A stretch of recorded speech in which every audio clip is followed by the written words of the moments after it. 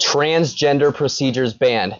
The Supreme Court upheld Tennessee's ban on gender transition for minors. These treatments include puberty blockers, hormone therapy, and surgeries for trans-identifying youth.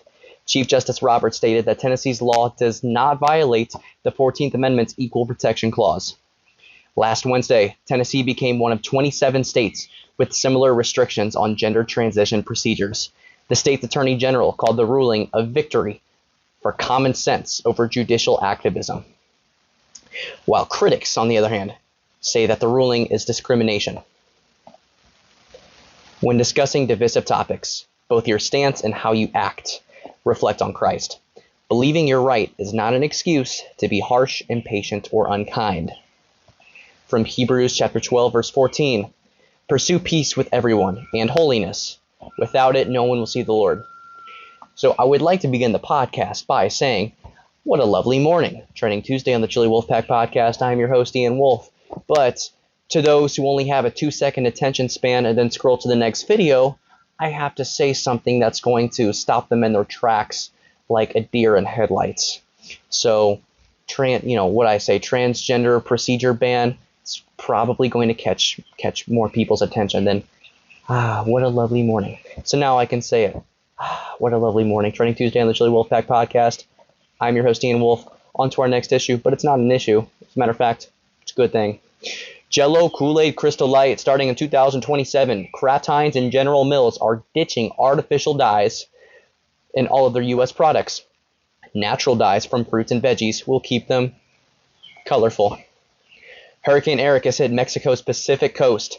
The Category 4 storm had 140 mile per hour winds and made landfall in Oaxaca, east of Punta Maldonado. Flash flooding, mudslides, and power outages were present. New projections infer Medicare's trust fund will be depleted in 2033, which is 3 years sooner than expected, and Social Security's funding will be depleted by 2034, which is a year sooner than expected. So 2033 and 2034 for Medicare and Social Security funding is expected to be depleted based on the recent projections. Without a change in course, scheduled benefits will be cut by 11% for Medicare and 19% for Social Security. A visual here. The average monthly Social Security benefit as of January 2025 was $1,976 according to the Social Security Administration. A cut of 19% would lower that $1,976 to $1,600, which would be a $376 reduction per month. Data from the Social Security Administration shows the aging of America's population as well as the ratio of workers to retirees that has shifted. In 1955, the ratio of workers paying taxes to people receiving benefits was 8.6. In 2013, that number declined to 2.3. That's a huge difference. So these programs, Medicare and Social Security, they need taxpayer dollars to be able to have the funds to fund the beneficiaries.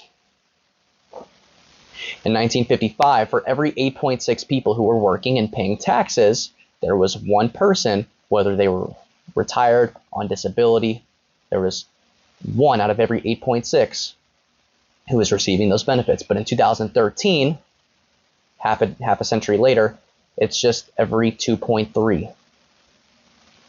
It's a huge shift. A lack of benefit resources will lead to a higher retirement age. Right now, it's roughly 59 to 62. Down the road, it could be 70 plus. Coming from a naive 21-year-old, one simple piece of advice I could give you is just invest. Invest well, starting now. Even if it's $100 a month, nothing crazy.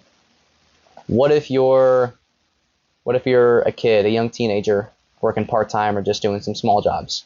Even if it's $20 a month.